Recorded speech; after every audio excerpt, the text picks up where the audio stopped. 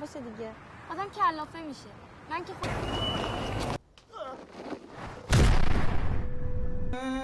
من گیرم، گرفتارم. من الان پول از کجا بیارم؟ هتل همه چی این تو هسته.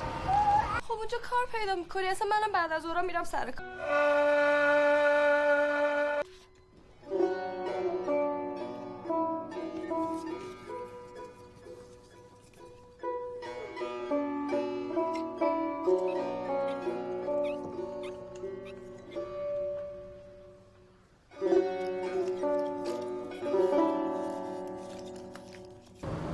شما عروسک نمیخوای؟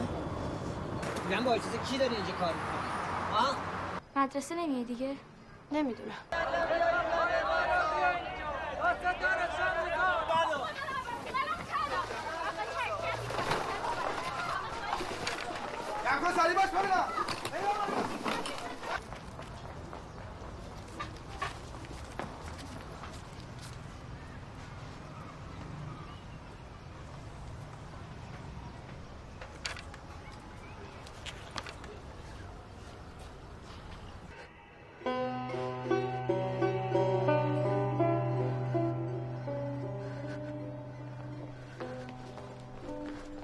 روزم پشت این پرده ها نهان است، باران دیدم همدم شبم یار آنچنان است.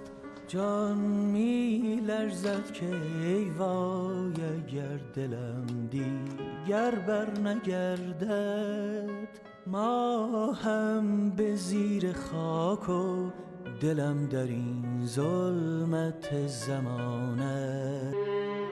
بسم الله.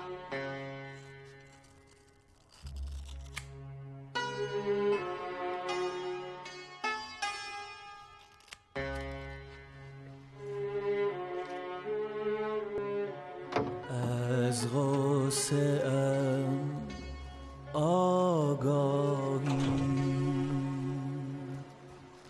بزنم به خاکش ز اشکم نپرسد.